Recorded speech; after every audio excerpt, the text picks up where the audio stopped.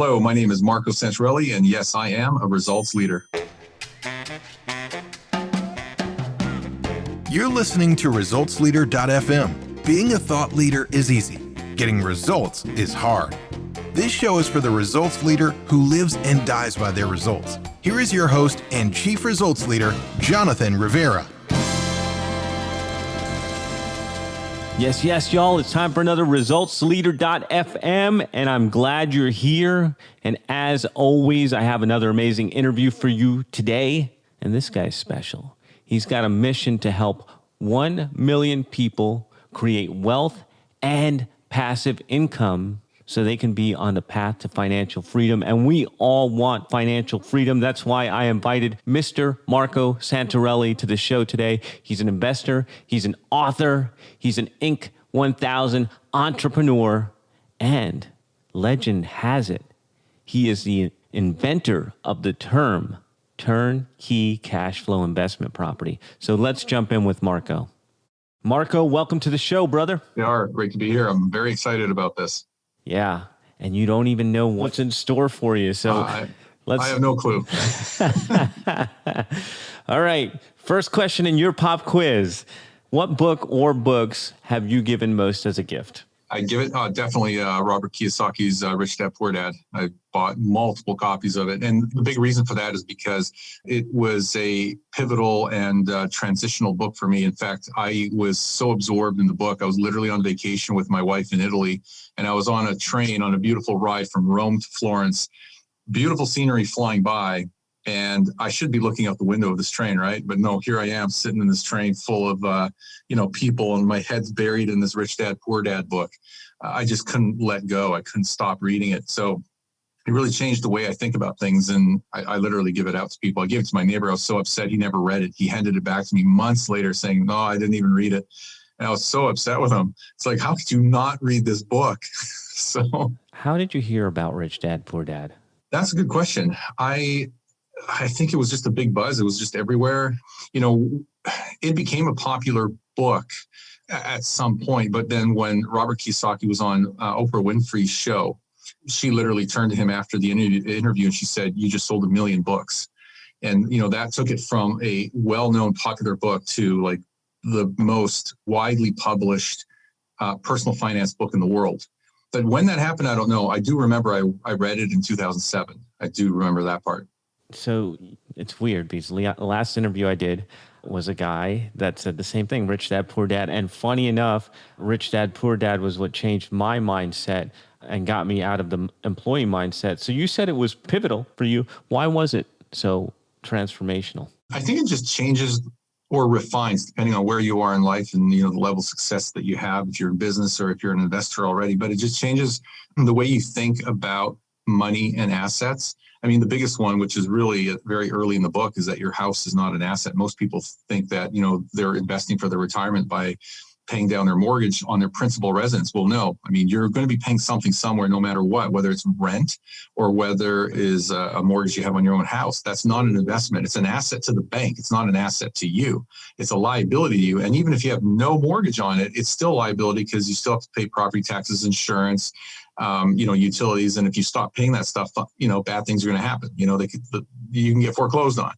So, it's just understanding what assets are and where they fit on your balance sheet and that you should be collecting income producing assets is a real mind shift for a lot of people because they think that, investing is just push button, like I'm going to buy a bunch of stock on the stock market and hope that it goes up and I have no control over it, like zero control. And that's investing. Well, no, that's not really investing. That's just what everybody in the mainstream media is telling you to do. Right. But when you really open your eyes and start educating yourself, there's a concept like educate yourself. It's amazing what you find out because you don't know what you don't know. And when you start to discover the things you don't know, a whole new world opens up to you. God, right now you got me so dang excited. I'm like, I wish my kid was old enough to play the cash flow game with me. Yeah, no kidding. Oh, man. Cool. So let's talk about failure. And what I'd like to know is how an apparent failure set you up for later success. Which failure? Interesting. Well, I think one of the main biggest failures I've had, not because it was my fault or anything, is I moved to California because I joined two partners, to launch a .com business back in the day, if you could remember that far back. Back in the late 1990s, everybody was going IPO. Everybody was trying to be a .com millionaire. And so we launched essentially a .com business. And we raised $9.5 million of venture capital funding, mostly out of the Bay Area in California. And we grew this company. We had 105 employees. We were growing fast. We had revenue, but we weren't cash flow positive, which was true for most .com businesses. I mean, think pets.com. I mean, think all kinds of businesses that here today, gone tomorrow. The reality is the stock market crashed. Our venture capital funding stopped. We had a burn rate of $100,000 a month, so we couldn't continue. And we had no choice but to lay off 105 employees. So I didn't want to go back into the corporate world. I knew I was an entrepreneur. I knew I'd love to invest. I knew I wanted to be wealthy. And I just had to pave my own way. And I knew from a teenage year that I was an entrepreneur. So I just decided, you know what? That's the path I'm going to go. So I became a real estate entrepreneur. I started investing in real estate rapidly, and I started building a business wrapped around my passion for real estate, which is what I have here 17 and a half years later. It's a very successful company. So that was a major turning point. It's just realizing that, you know what, if you're not in control, anything can happen, and you have a cap on how much you can earn and how much you can make and how fast you can grow from an investment perspective.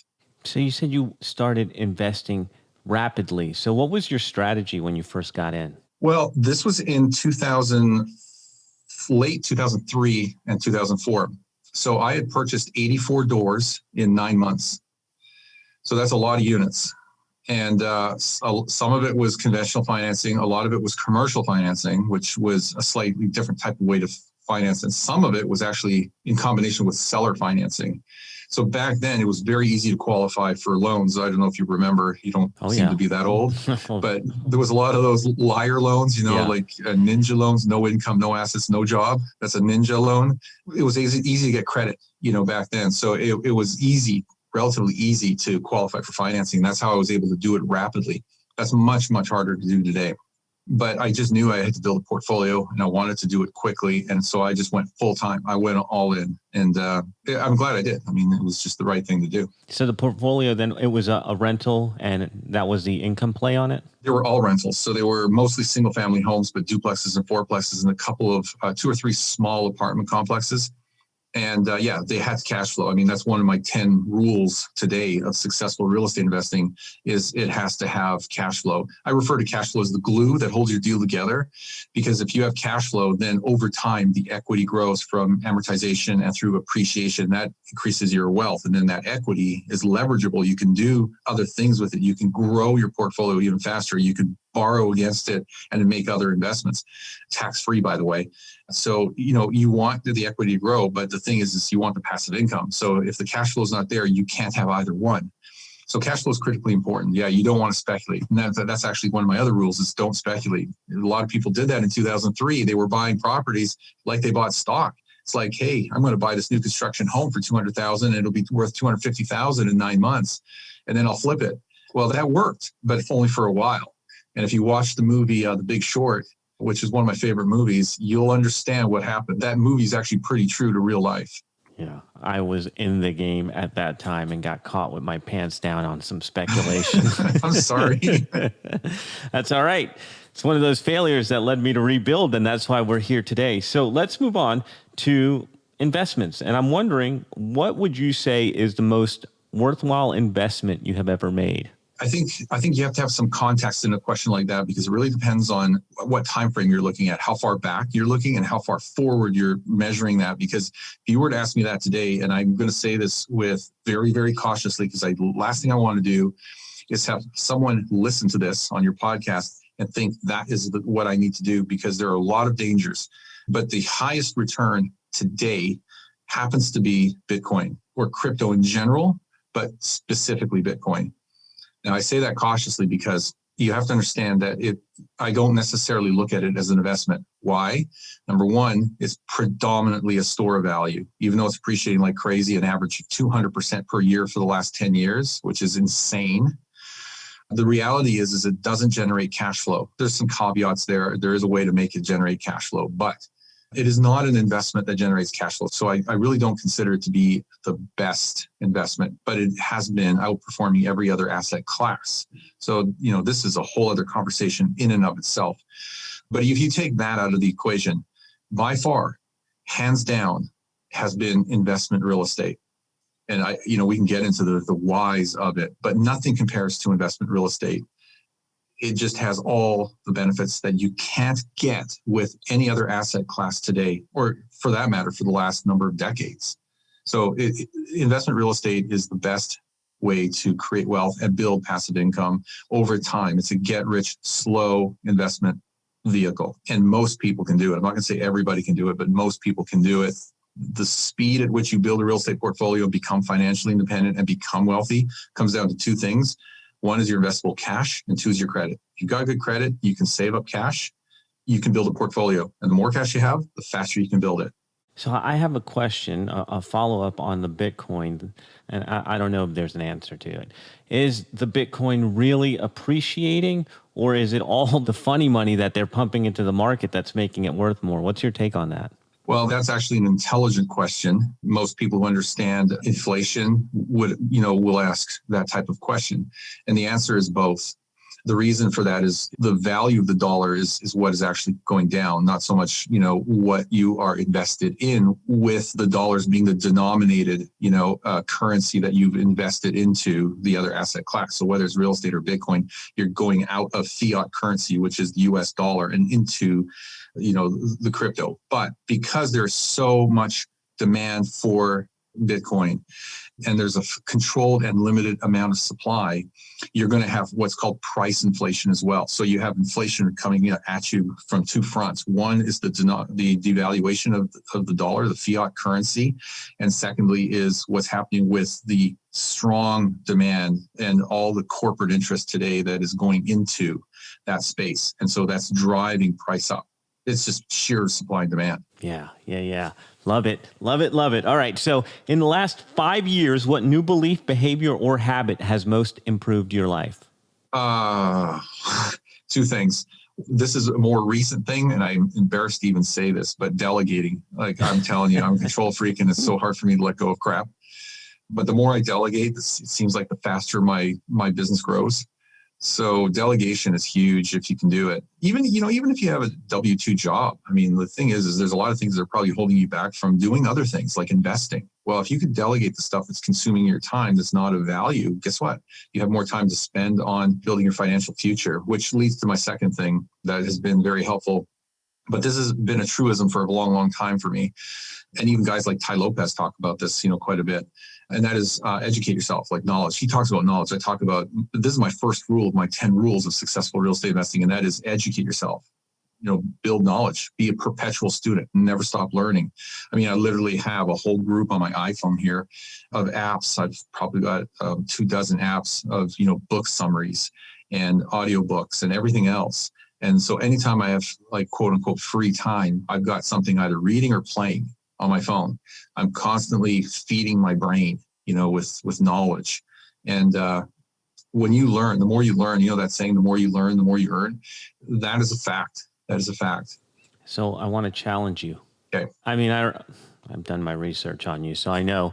But yeah, educating yourself is great. But what happens if you take all that knowledge and do nothing with it? Well, you've just answered the question yourself. Nothing. I think it was one of the past U.S. presidents said this, or it was Winston Churchill, some famous politician. I think it was Calvin Coolidge, now that I think about it. But you could, and I'm going to butcher the quote, but you could be the most educated person on a particular subject in the world, but be the largest failure because you haven't taken that knowledge and used it or applied it. So it's one thing to be knowledgeable and educated, but it's another thing to actually put it to use, right? It's like if I gave you $1 million and I said, you can't spend it, but you can invest it. And you don't take the opportunity to take that money and invest it, to turn it into something more. Well, then you're the idiot because you know what? You just passed on an opportunity. Yeah. So what are some bad recommendations you hear in your area of expertise? Well, there's a lot, but one of the biggest ones is so many so-called real estate gurus tell people to invest within a 1 or 2 hour radius of where they live, like a 1 or 2 hour driving radius, invest in your local market or your backyard. Well, that doesn't work for a lot of the US population, because if you are in a very expensive market, like the coastal markets of the United States, Washington, D.C., Denver, Colorado, I can name many of them. The problem is that property values have appreciated so much that they're too expensive and the numbers don't pan out. The numbers don't work. So what we call a rent to value ratio is so low that you can't really cash flow it. I mean, even if you bought it all cash, the cash on cash return is minimal. Your dollars are underperforming. So the best advice is really to step back, look at the US as this massive country made up of over 500 major metropolitan statistical areas and literally tens of thousands of sub-markets, and realize that there are opportunities all over the place, but not necessarily in your backyard. So if you're a smart investor, you're going to be market agnostic. You're not going to be married to your market or your backyard, because there might not be enough inventory or good inventory, but most importantly, the numbers might not work. I mean, this is true for San Francisco, and it's great, the poster child for this example. Property values are so expensive, like a 1-bedroom condo type property is $1 million, but you can only rent it for about $4,000 a month. Well, if you do the math on it, you're going to see that you have basically a 0% return. Cash on cash return. It might appreciate over time, and that's a different type of return. So the short answer to your question is be market agnostic, invest in the markets that give you the best returns, that give you the greatest stability and long-term growth potential. And that's what we do. And in our companies, we do all that market research perpetually. We track over 500 markets, and we're in 25 at any given time, because we like the economics, the job growth, the population growth, the diversity of the economy within that market. Those are the things you look at a macro scale, and then you work your way down to the suburbs and the neighborhoods, and then you look at schools, crime, income from the property, and all that other stuff. So there's a formula for it. It's not complicated, but anyway, that's the biggest mistake. Don't be married to your market. Be market agnostic. So how is that shifting now? Because people are leaving California, people are leaving New York. So how's the landscape changing now with, I guess, the new reality that we're living in? Well, how are things changing from an investment perspective? Well, markets, like the markets that might have been good before might not be so good anymore. And so how do you guys keep ahead of that? Well, California is not a good example, because most things in California don't make sense. Let's just say that. I wouldn't touch California with a 10-foot pole, even though I have a beautiful view out my window here. And, I'm in, Orange County, California. It's beautiful here. I love living here, but it doesn't make investment sense. So the thing is, when you pick markets, the beautiful thing about real estate is that markets move very slowly. Things in real estate move very slowly. You can see things coming, you can see things changing, and you can get out of the way, or you can get into, an opportunity or a trend with lots of time, months, if not years on your side. It's not like the stock market where things can change literally in minutes. So that's the beautiful thing. So, when you invest intelligently and you're looking at markets that have that stability, good supply demand dynamics, inventory, population growth, job stability, job growth, all those things, they don't change overnight. You see them coming. It's happening. You can measure that. There's lots of data online, that you could look up to find these markets. So it's not an issue when it comes to real estate from an investment perspective.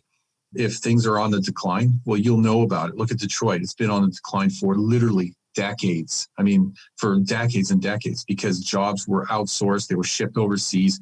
The automotive industry started to contract, and so jobs were going away, and so people started to move out of the city, and increased vacancy, decreased demand, all that stuff. Well, that didn't happen overnight. You can see these things happening for a long time, and so that's one of the beautiful things about real estate. Not sure if I'm answering your question, actually. No, I have another question now. So what markets are getting hot now? Like, where are you seeing the growth and opportunity now? Well, there are a lot of markets in terms of what you might define, or most people define, quote unquote, as hot. Often for that, most people define a hot market as a strongly appreciating market. That is one definition. All right, better question. That wasn't a good question. Where are you seeing growth that maybe people are not seeing yet? I think that's a more interesting and more pointed question. Well, you happen to be in the epicenter of one of those places. So Florida has been on fire for a long time. I mean, the population growth, the migration rate into Florida has been almost astronomical for many, many, many years. There's a lot of people moving to Florida, for many reasons, the weather, zero state tax, all that kind of stuff. So a lot of the markets in Florida have been growing well and year over year. So we're in about 5 or 6 Florida markets right now, mostly in the Southwest, but from Jacksonville through the central part of Florida and then Southwest, like the whole corridor from Tampa all the way down to Cape Coral.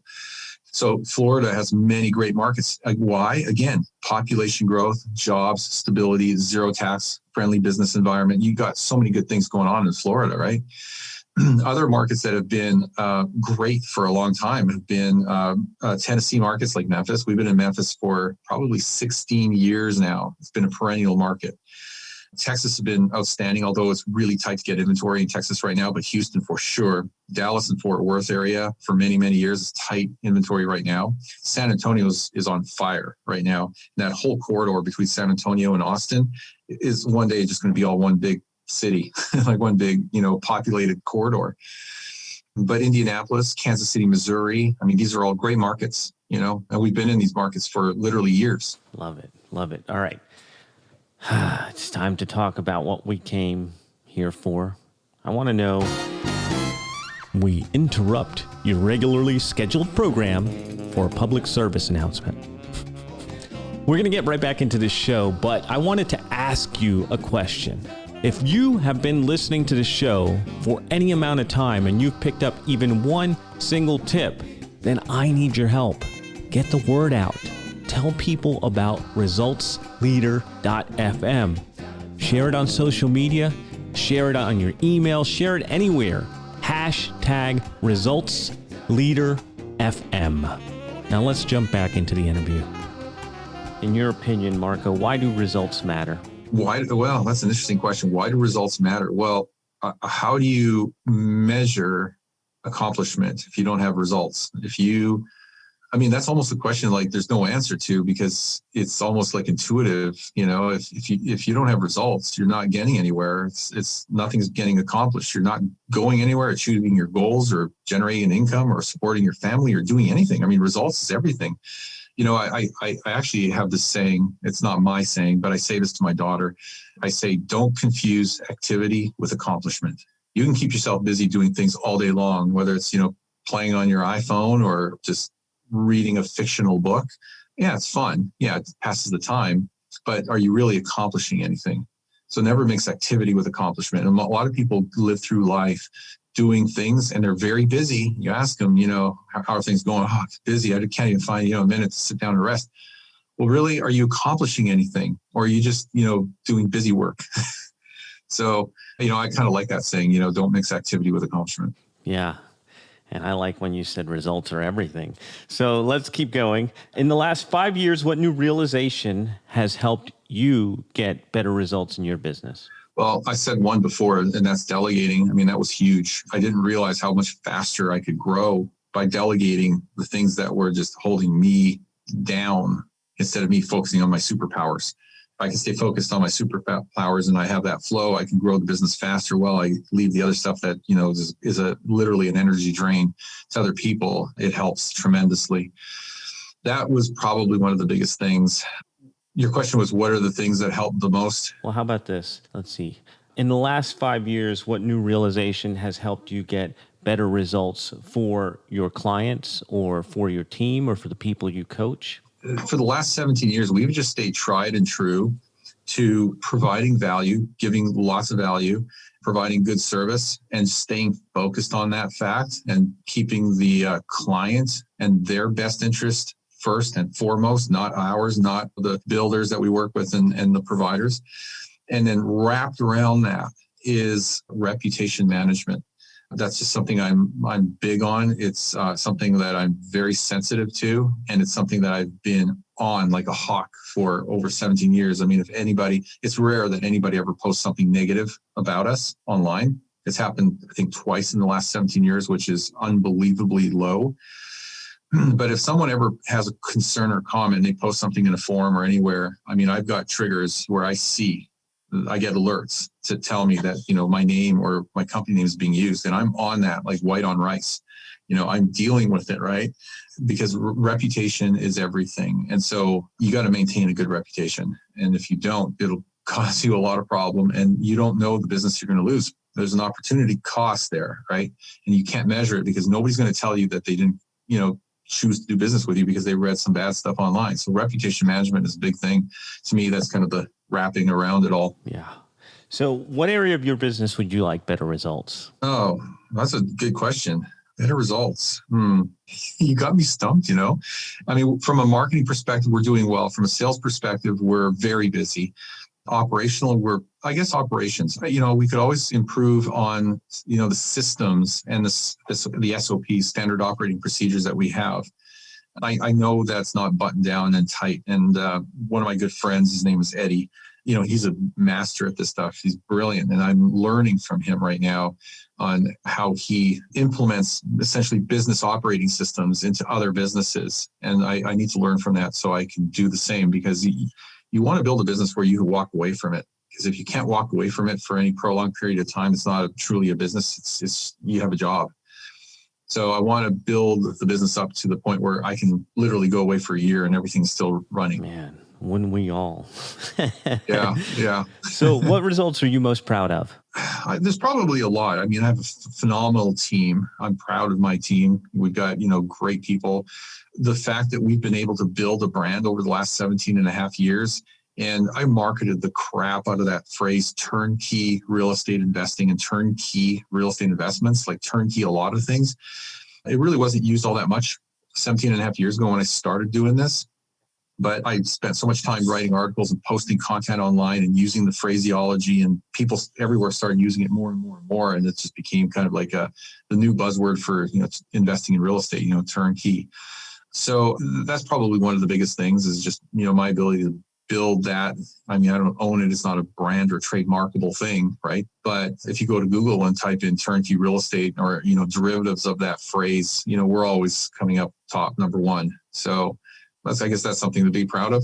Yeah, man, everybody's heard of that. So any parting thoughts for the results leaders out there listening? Yeah, it's not hard to take action. If you're stumped and you're not generating results, it's because you're not taking enough, like you're either not taking action or you're not taking big enough action.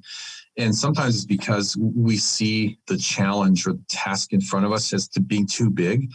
And kind of a hack that I've taught myself over the years is to take something that seems like a huge project and something you really don't want to devour and break it into smaller and smaller and smaller pieces. I call it reduce to the ridiculous. Break it down into pieces that are so small that it's almost impossible not to take that tiny step, that first little step, and then that second tiny little step. Some people refer to it as baby steps. But when you reduce something to the ridiculous and you have micro steps, it's easy to do something very, very small. So that's how you can accomplish things, especially if something's a challenge. And then my last parting thought, if you will, is this. I kind of label, you got to reflect on yourself when you hear this, but I basically say there's three kinds of people in the world. There's people that make things happen, people that watch things happen, and there's people who wonder what happened. So don't be the latter. Oh, man. So I know after listening to this interview, they're going to want more of you. So where can they find your podcast? Well, the podcast lives on the website of the same name, and that's passiverealestateinvesting.com. And the podcast is called Passive Real Estate Investing. And my contact information is on there, as well as links to our main website, where it's kind of the core business of real estate at noradarealestate.com. So they're sister websites. Excellent. So we will have links to everything in the show notes. I want to thank you for being here. It was a true pleasure. And that is a wrap for another edition of ResultsLeader.fm. If you are out there getting results for your clients and you want to be featured on the show, go to ResultsLeader.fm now and apply to be on the show. And if you love what you're hearing, share the show, give us a rating and review, do anything to help us get the message out there. Thought leadership is easy, but results leadership is hard. We'll catch you on the next one.